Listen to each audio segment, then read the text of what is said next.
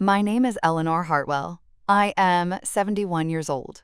And the last thing my daughter-in-law said to me inside my own home, the home I had lived in for 43 years, the home where I raised my son from the age of 3, the home where I held my husband's hand on a Thursday morning in April and then never held it again, was this. She leaned across my kitchen table with her arms folded and her smile doing that slow, satisfied thing it did whenever she believed she had already won. And she said, "Enjoy the nursing home, Eleanor. We're taking the house." Then she picked up her handbag, clicked her heels across my hardwood floor, and walked out the front door like she owned the place. She believed she did. What she did not know, what neither she nor my son knew, was that I had sold that house 6 weeks earlier. Not to a family, not to a couple starting fresh. To a demolition crew. This is that story. Before I go any further, I want to pause and ask you something directly. Where in the world are you right now? Watching or listening to this? What time is it where you are? Is it morning and you are just beginning your day? Or is it late at night and the house is finally quiet? Drop your city and your local time in the comments below, because I genuinely love knowing where these stories land. Whether it is a Tuesday morning in Auckland, a Friday evening in Dublin, or a Sunday afternoon somewhere in the American South with a cup of coffee going cold on the table beside you, tell me. And if you connect with stories about women who were written off, underestimated, quietly maneuvered out of their own lives, and who responded with something far more powerful than anger, hit like, hit subscribe, and stay with me. This one is going to take every minute of your patience, and it is going to be worth every one of them. My name, for anyone who is just arriving, is Eleanor Jean Hartwell. I was born in Asheville, North Carolina, the second of 3 daughters of a woman named Dorothy, who taught elementary school for 31 years, and a man named Warren, who ran an accounting firm on the same block of downtown Asheville for 28. I grew up in a house where the windows were always open in summer, and the bookshelves were always full, and the expectation, never stated aloud, never needing to be, was that you handled your own affairs with care, and you did not make noise about what you could not change. Those values were not given to me. They were absorbed. They are as much a part of my structure as my spine. I was married for 38 years to a man named Robert Hartwell. Robert was an electrical engineer who worked for most of his career at a firm in Charlotte and who spent his weekends doing things with his hands. Building furniture, fixing things that did not strictly need fixing, planting a vegetable garden every spring with the dedication of someone who believed deeply that the growing of food was a moral act. He had a laugh that started at his shoulders. He told the same 4 jokes at every gathering and believed each time that the room was hearing them fresh. He was the most decent human being I have ever known, and I knew him for 42 years, which is long enough to know a person with a completeness that most people never experience. Robert died of a cardiac event on a Thursday morning in April, 5 years before this story begins. He was 67 years old. He was standing in the backyard in his work boots, looking at the vegetable garden we had planted together every spring since 1989. The coroner told me it was fast. I have chosen, always, to believe that. Robert and I had one child, a son named David Michael Hartwell, who was 43 years old at the time of this story. David was a commercial loan officer at a regional bank in Charlotte, North Carolina. He drove a clean car and wore good suits, and had, from an early age, the particular brand of confidence that develops in people who are told consistently that they are the most capable person in any room they enter. As his mother, I told him that. I believed it to be true for many years. I am not entirely certain when I stopped believing it. She had, over the preceding 2 years, told the story of Eleanor Hartwell's decline to so many people in so many carefully chosen settings that I had begun to receive concerned phone calls from women I had known since the 1980s. Women who had sat at my kitchen table, who had seen me manage a household and a job and a sick husband and a difficult son, and every other thing life had put on my plate, without once requiring anyone to manage me. These were not stupid women. Kristen was simply a very effective storyteller, and she had chosen her audience well, because the process of reassessing a child you have loved with your whole body since the moment they were placed in your arms is not a moment. It is a slow reckoning that takes place over years, in increments too small to see until you look back from a sufficient distance. What I can tell you is that by the time of this story, David's confidence had long since stopped being the product of his own judgment and had become, almost entirely, a thing Kristen managed for him. Kristen Hartwell, born Kristen Marie Burgess, was 38 years old. She had been married to David for 9 years at the time of this story. She came originally from a suburb of Atlanta called Alpharetta, a place I visited twice and found exactly as presented. She had a marketing degree she had never used professionally, and she had made, in the 9 years of her marriage to David, a complete and competent career of managing him. She managed his social calendar, his wardrobe, his friendships, his family relationships, his professional image, and, with a patience and method that I came to recognize only gradually, his relationship with me. She was beautiful in the way that certain women are beautiful when they understand, from an early age, exactly what beauty can accomplish. Fine-boned, always well-dressed, precise in her movements. She laughed at exactly the right moments and went quiet at exactly the right ones, and had a way of steering a conversation so smoothly, so entirely without apparent effort, that you rarely noticed it had been steered until you were already where she wanted you. I noticed from the first dinner. It took me 7 years to decide to do something about what I noticed, and that is the part of this story I am least proud of. But we are not always ready when we should be, and that is a human failing I have made my peace with. The house. You need to know about the house before anything else, because the house is the foundation of this entire story. The address was 422 Ridgecrest Lane in Mooresville, North Carolina, a 2-story craftsman with deep green shutters and a wraparound porch, and a large lot that backed up to a stand of white oak trees that Robert had designated, from the day we moved in, as permanently untouchable. We moved to Ridgecrest Lane when David was 3 years old, arriving from a smaller place in Concord that had been fine for a couple but was inadequate for a family. I repainted the kitchen 4 times over the decades, sage green, then a warm cream, then a particular dusty blue I found in an architectural magazine in 2007 and loved unreasonably, and finally, in the last year of Robert's life, a warm yellow he chose himself from a paint chip at the hardware store while I was standing beside him. He held the chip up to the light and said it made him feel like something good was about to happen. I did not change it after he died. I will not apologize for that. The house was mine. Fully, legally, without ambiguity. Robert and I had paid off the mortgage in the spring of 2009, and when Robert passed, he left me the property outright with no complications whatsoever. Clear title, no liens, no shared ownership, no outstanding obligations of any kind. Its value, at the time of this story, was somewhere between $340,000 and $360,000, depending on which week you asked a realtor. I had never, at any point, spoken to David or Kristen about what I intended to do with it when the time came. It was not a topic that required their input. It was my house, and its future was mine to determine. The pattern with Kristen began the way these things always begin, so quietly, so gradually, that by the time you could name it clearly, it had already been operating for years. The first form it took was the small correction. This would happen in conversation when I was speaking to David, or to a group that included David. Kristen would listen, wait for a natural pause, and then say, "What Eleanor means is," and follow it with a version of what I had said that was slightly, never dramatically different. Never wrong enough to dispute directly, just different, just repositioned. The second form was the rearrangement. She would visit the house and move things, a lamp, a picture frame, the order of items on the kitchen counter. Nothing aggressive, everything deliberate. The third form, and this was the one that required a particular kind of patience to deploy, was the narrative. Kristen was a storyteller in the most clinical sense of the word.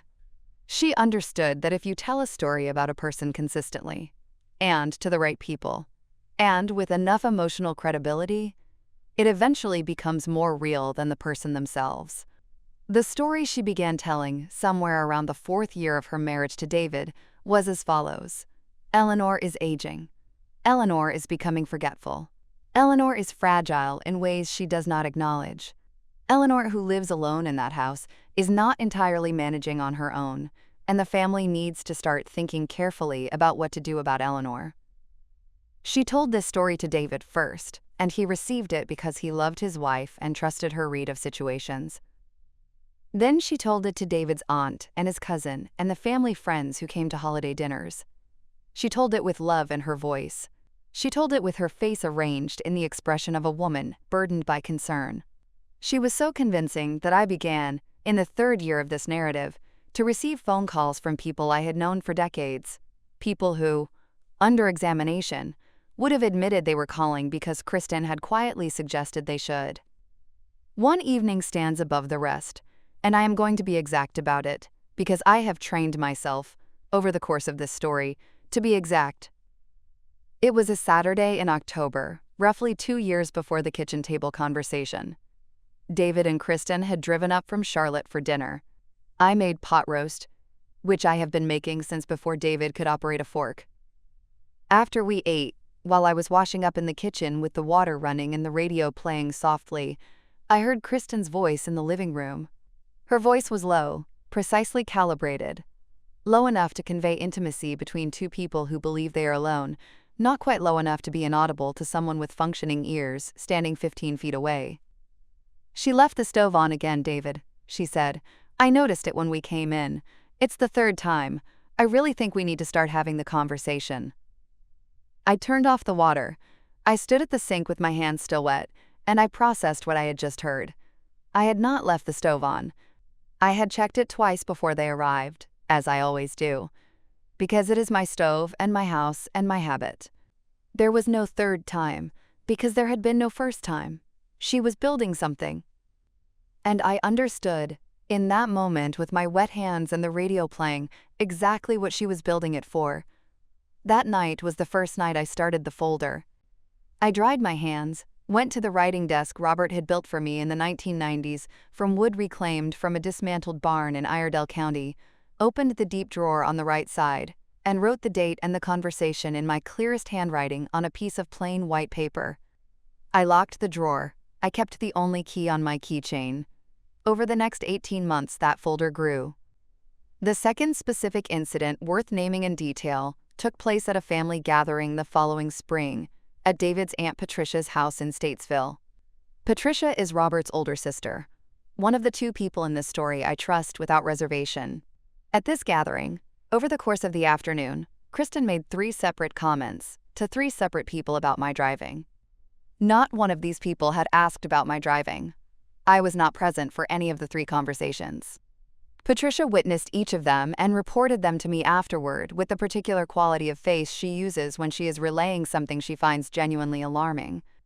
"She told Carol you've been having trouble with the turns," Patricia said. "She told Ray you've been slow on the highway. She told me, directly and quietly, that she thinks you shouldn't be driving after dark." I wrote all 3 down when I got home. Dates, names, locations, exact phrasing as close as Patricia could recall. The third incident, and this is the one that removed the last of my charitable interpretation, occurred in the spring, approximately 4 months before the kitchen table conversation. Kristen placed a call to my physician, Dr. Sandra Cho, who has been my physician for 11 years and who I regard as one of the most principled people I know in any capacity. Kristen called Dr. Cho's office and asked, without my knowledge or consent, for a professional assessment of my cognitive capacity. She framed the request as concern. She told Dr. Cho that she was my daughter-in-law, which was true, and that she was worried I was no longer able to make sound financial decisions independently, which was a fabrication built on 9 years of strategic positioning. Dr. Cho called me the same afternoon. She told me about the call in full, including the exact language Kristen had used, because Dr. Cho had been my doctor long enough to know my situation, and trusted me enough to believe I deserved to know what was being done in the name of my welfare. I thanked her. I wrote it down. I added it to the folder. The folder was now substantial enough that I called a lawyer. The lawyer's name was Franklin Adiola. He had an office in Statesville. He had been recommended to me by Patricia, and he specialized in estate and property law with a secondary focus on elder financial protection. He was 60 years old, measured in the way that good lawyers learn to be measured, and in our first meeting he listened to everything I said for 88 minutes without interrupting. When I finished, he set down his pen, folded his hands and said, "Eleanor, What you are describing is a documented pattern of attempted undue influence over a property owner. What would you like to do about it? I told him I would like to make absolutely certain that they never received a single thing from my house. Not the property, not the equity, not the proceeds, not a square foot of the lot. Franklin nodded slowly and said, "Then let us be very deliberate. If you have stayed with me this far, and I know this story asks something of you, I want to stop for just a moment and acknowledge that. Drop a comment below right now. Have you ever watched someone reveal their intentions so gradually that the moment you saw them clearly did not feel like a shock, but like an arrival? Like you had been walking toward that recognition for years without knowing it? Tell me, because that is precisely the experience I am describing. Subscribe if you want to see where this ends. I promise you, the ending has been worth every year of patience it required." Together, Franklin and I spent the following 8 months in systematic preparation. There were several things that needed to be established before we could proceed. The first was documentation of my legal competency in a form that was unassailable. Kristen had called my doctor. She had positioned me with family and acquaintances as a woman whose judgment was declining. Before anything else, I needed that narrative dismantled with evidence, not with protest. Franklin arranged for me to be evaluated by a neuropsychologist in Charlottesville, Virginia, a specialist named Dr. Irene Paulette, who had no connection to anyone in my family or social circle, and whose professional reputation was, Franklin confirmed, entirely solid. I drove to Charlottesville on a Wednesday morning and spent 4 hours across 2 sessions with Dr. Paulette, who was a woman in her mid-50s with reading glasses on a chain and a manner that reminded me of my mother at her most exacting. The evaluation covered cognitive function, memory, executive reasoning, financial literacy, and decision-making capacity. Dr. Paulette's final report was 17 pages long. It concluded, in clinical language that left no interpretive room, that I was a woman of fully intact and in several domains exceptional cognitive function with no indicators of decline of any kind. I had 40 copies made. Franklin kept 20 in his files and 20 went into a locked cabinet in my home. The second task was organizing the folder into legal format. Everything I had documented over 18 months, the stove conversation, the driving comments, the call to Dr. Cho, and the additional incidents I had recorded between those landmarks, was assembled by Franklin and his assistant into a structured timeline with supporting witnesses noted where available. Patricia provided a written statement. Dr. Cho provided a formal written account of Kristen's call to her office.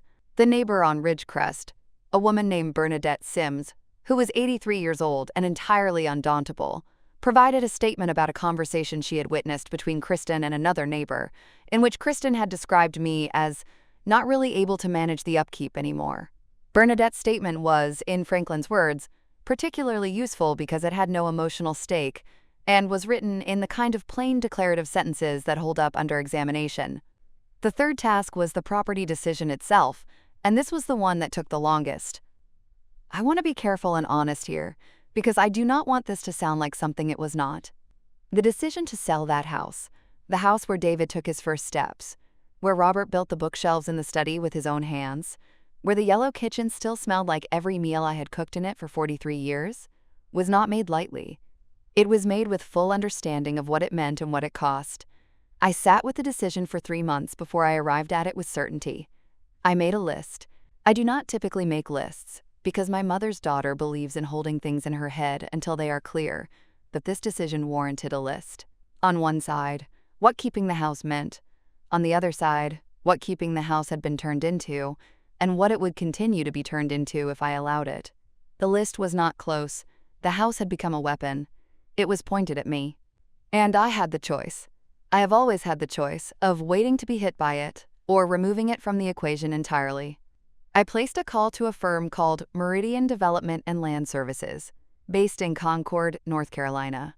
I had found them through Gloria Trent, who had been in my book club for 12 years and was a woman of complete practical intelligence. Gloria had used Meridian when she decided to demolish a property she had inherited in Cabarrus County that was more trouble than it was worth. She described the transaction as efficient, honest, and final. Those 3 words were exactly what I needed. Meridian's business model was straightforward. They acquired properties at below market value in exchange for immediate cash purchase and full assumption of demolition costs. They then cleared the lots and sold them to residential developers. For them, the transaction was business. For me, it was something else. But it was legal, it was documented, and it was mine to do.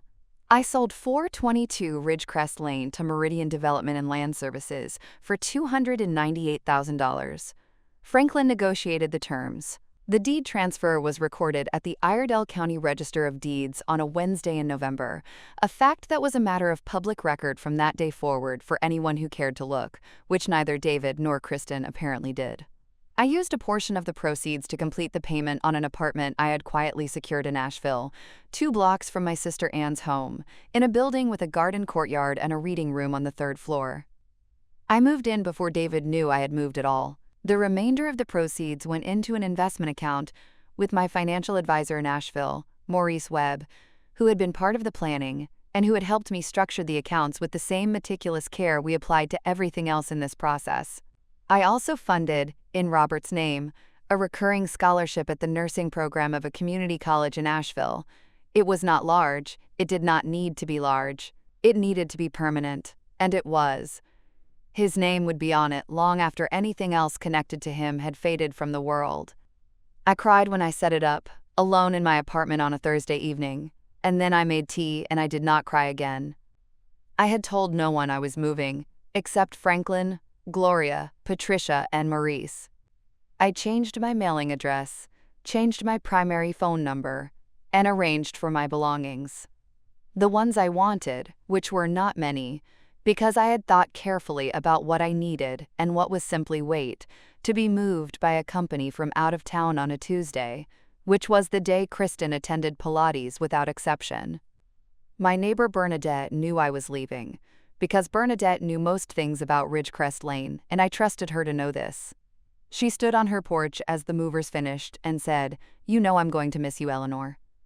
I told her I knew. She said that girl was always cold. I told her I knew that too. I kissed her on the cheek and got into my car.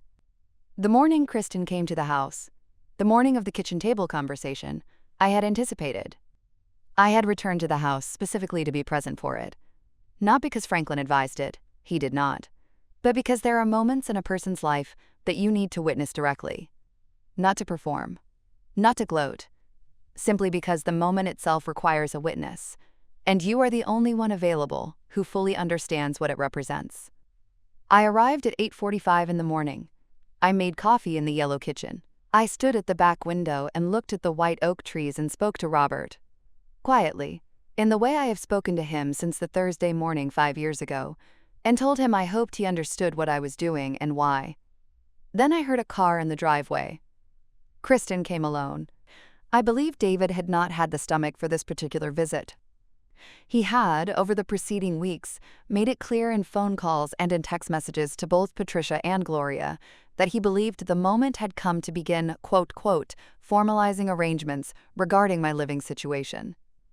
What Kristen was coming to do, as best as I could reconstruct, was to apply in-person pressure sufficient to move me toward agreeing to a continuing care community, and separately, to sign a document that Kristen had been preparing with a different attorney, a document granting David limited power of attorney over my financial affairs. She had not asked me about this document. She had prepared it on the assumption that when the moment came, and she stood in my kitchen with sufficient authority in her bearing, I would sign it. She walked in without knocking. She had David's key, which I had given him years before for genuine emergencies, and which had migrated to her keychain in the way that her management of his affairs migrated to encompass every other aspect of his life. She set her handbag on my kitchen counter. She looked at me, she did the smile. And she said it, "Enjoy the nursing home, Eleanor, we're taking the house." I took a sip of my coffee. I set the mug down on the counter, carefully. I looked at her in the way that you look at a thing when you have already made your peace with it, and the looking is simply the last step before you move on. "All right," I said. She blinked. That was not the sound she had come for. She had prepared for tears, for argument, for the kind of trembling protest that would allow her to reposition herself as reluctantly, sadly firm. 2 words, and a woman who appeared to be waiting for the kettle gave her nothing to work with.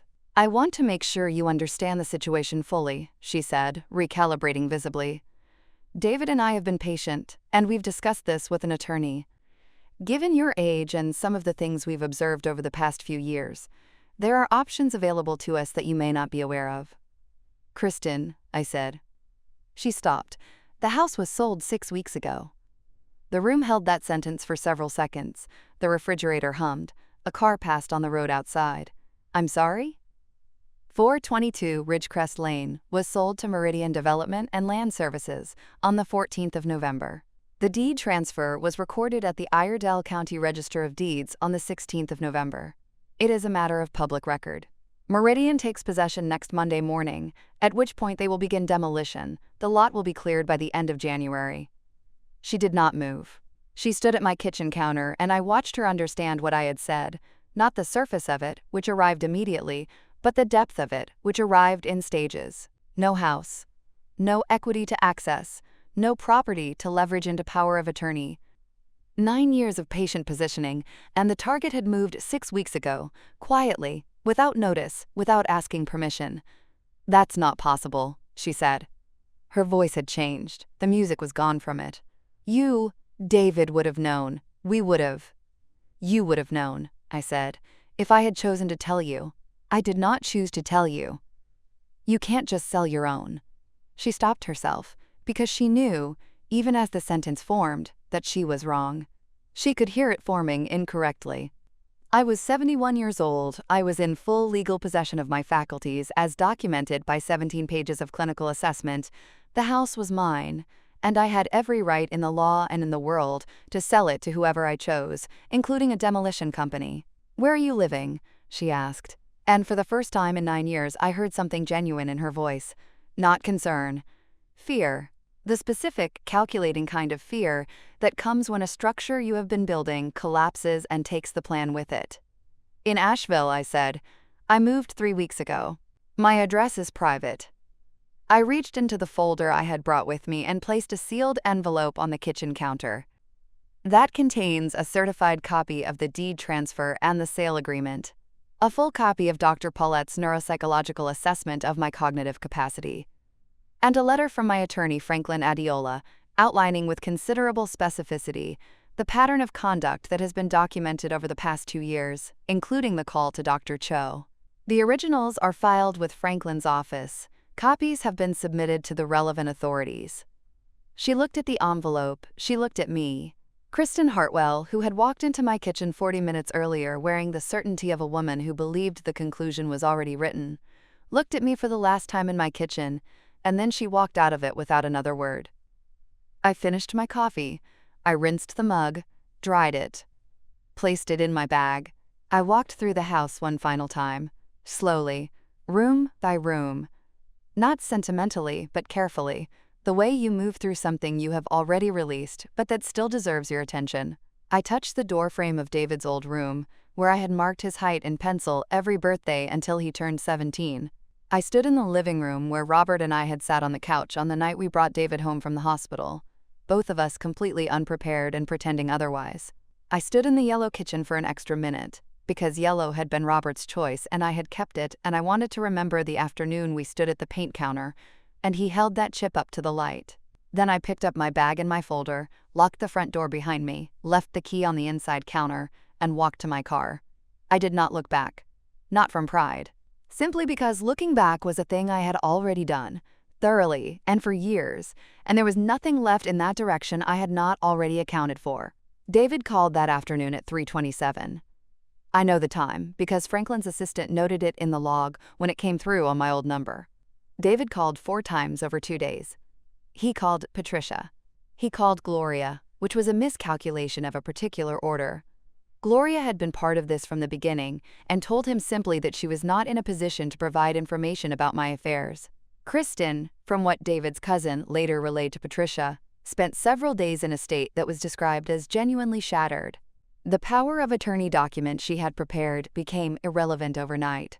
There was no property to leverage, no financial decision to intercept, no manufactured vulnerability to exploit. The structure she had spent 9 years building had nothing left to stand on. David found my new phone number through Patricia 6 days later. Patricia gave it to him not because I asked her to, but because she knew, correctly, that I was ready. The call lasted 17 minutes. David cried for the first 4 of them, which I had not anticipated, and which required steadying on my part. When the crying stopped, what remained was something I had not heard from my son in a very long time. His actual voice, not the managed version. The one I had been missing without quite naming the absence. There is something else I want you to understand about the years leading up to this story, something that does not fit neatly into the timeline of specific incidents, but that is as real as any of them. There is a particular kind of exhaustion that comes from living inside someone else's narrative about you. Not from fighting it. Fighting it is at least active, at least real, but from the years before you decide to fight it, when you are still trying to be generous, still looking for the charitable interpretation, still reminding yourself that Kristen loves David, and that loving David perhaps explains the rest of it. That exhaustion accumulates. It does not show on the outside, because the daughters of Dorothy from Asheville do not let things show on the outside unless they choose to.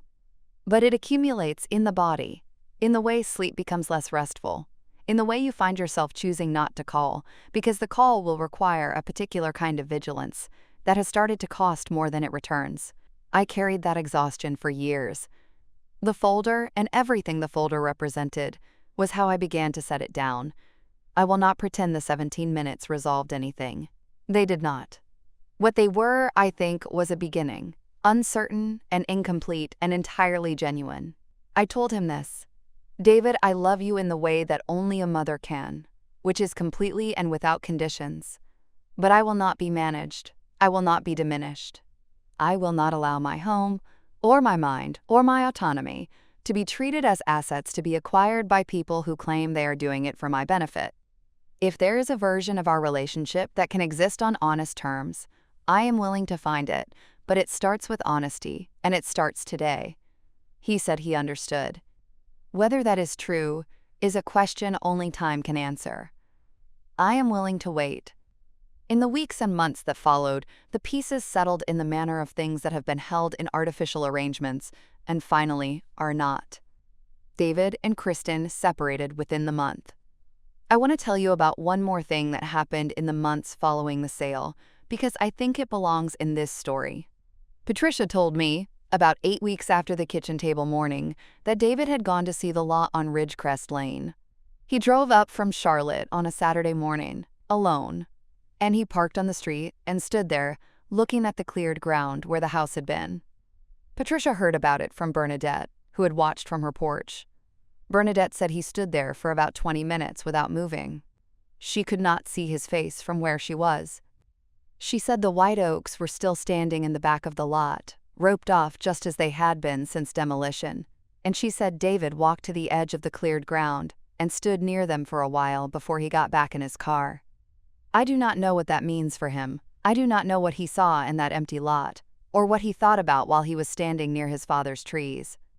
I know what I hope he thought about. Whether that hope is warranted is something only time will tell me. But he went there. He stood there. That is something. Quietly, without drama, in the way that marriages end when the project they were organized around no longer exists. That was their matter, and I had no hand in it. David, in the months following the separation, began calling me with some regularity. Not with agendas or proposals. Just to speak. To tell me something that happened at work, to ask what I was reading, to say he had been thinking about a thing Robert once told him. Those calls felt, to me, like a person learning to walk again after a long period of being carried. Halting, sometimes uncertain, but real. The demolition of 422 Ridgecrest Lane took place over 4 days beginning on a Monday in January. Bernadette told me about it over the phone. She had agreed to, because I had asked her to. She described it with the flat precision of a woman who has seen a great deal and is not easily impressed. They brought 2 machines, she said. The green shutters came down first. The back trees are still standing. They roped them off. Nobody touched them. I was glad about the trees. Robert would have been glad about the trees. I want to say something about the money, because I think it deserves to be said plainly. The $298,000 from the sale of the house changed my life in practical terms, but not in the way you might expect. I had not been living in difficulty. Robert's life insurance had been adequate, my retirement savings were sound, and I had never lived expensively. What the money changed was not my circumstances but my architecture, the way my life was structured going forward. It gave me a scholarship in Robert's name that will continue after I am gone. It gave me an apartment that is mine and no one else's. It gave me an advisor I trust completely, and a lawyer who knows every document. It gave me, in the most concrete possible terms, the ability to stop worrying about what anyone might try to do with my future, and to simply live it. That is not a small thing. For a woman who had spent several years watching a carefully constructed threat advance toward her, the ability to simply live is precisely large enough. I live in Asheville now, in a building with a reading room and a courtyard garden, and neighbors who do not know my story and do not need to. My sister Anne is 2 blocks away, and we have dinner every Wednesday and argue about books the way sisters who have known each other for 69 years argue about books, with complete love and zero resolution. I attend a water aerobics class on Tuesday mornings, which I would not have predicted enjoying and do genuinely enjoy. Maurice has my finances in order. Franklin has everything filed. The scholarship in Robert's name is funded and recurring, and his name is on a plaque in a nursing school where people are learning to do work he would have admired. That part still makes me cry, occasionally, in the good way. I think about Robert often. I think about what he would make of all of this, and the answer I arrive at, after considerable time with the question, is that he would not require a narrative about it. Robert was a man who trusted people to be who they were, and who responded to the reality of who they were, rather than to who he had decided they should be. He would have taken the measure of this situation earlier than I did. He was always clearer-eyed about David than I allowed myself to be. If I could go back and change one thing, not the house, not the documentation, not the sale, not any of the decisions I made, it would be the speed at which I chose to see clearly what was already directly in front of me. I was too patient in the wrong direction for too long. That is the one thing I would undo. But I am 71 years old, and I am in full possession of my faculties, as the record now permanently confirms. I live where I chose to live. My money is where I chose to put it. My name and Robert's name are attached to things that will outlast us both. And the lot at 422 Ridgecrest Lane, where my yellow kitchen used to be, where Robert's white oak trees still stand in a roped-off stand that the demolition crew did not touch, is an empty piece of ground that belongs to no one in my family and never will again. I do not feel triumphant about this. I feel settled. Those are not the same thing, and the difference matters enormously. There is a version of this story where I am the hero and Kristen is the villain, and I understand why people might tell it that way. But that is not the version I have lived in, and it is not the version I will leave behind. The version I have lived in is about a woman who waited too long to see clearly, and then saw clearly, and then acted. Not from anger, not from revenge, but from the simple, unglamorous conviction that her life was hers, and she intended to finish it on her own terms. That conviction is available to anyone. It does not require money, or lawyers, or the particular circumstances I found myself in. It requires only the willingness to stop performing someone else's story about you, and to start living your own. I found that willingness at 71. I would have preferred to find it sooner. But I found it.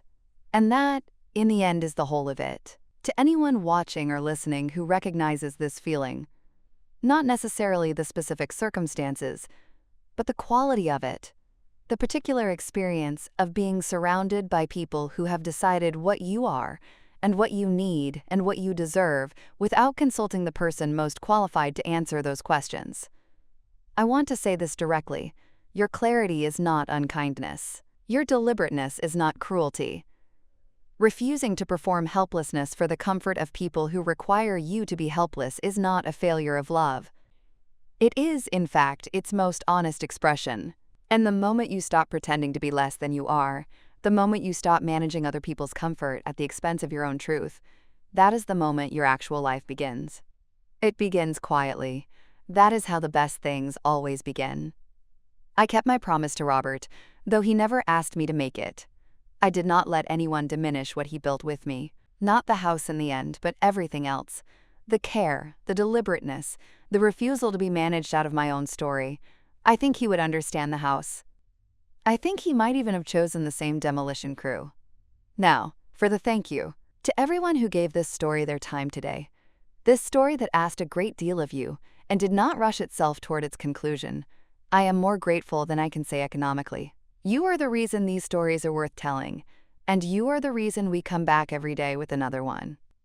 If this one found you at a moment when you needed to hear it, then I am glad. If it made you think of someone, a person who needed you to be smaller, a room where you were made to feel invisible, then write that down. That feeling is data. It is telling you something important. Subscribe to this channel because we have a story for every quiet Thursday evening and every difficult Sunday morning, and we will be here tomorrow, and the day after that, and the day after that. And drop your answer in the comments. If you could send one letter, just one, to the person who most underestimated you, what would the first sentence be? You do not have to name them. Just tell me you know who they are.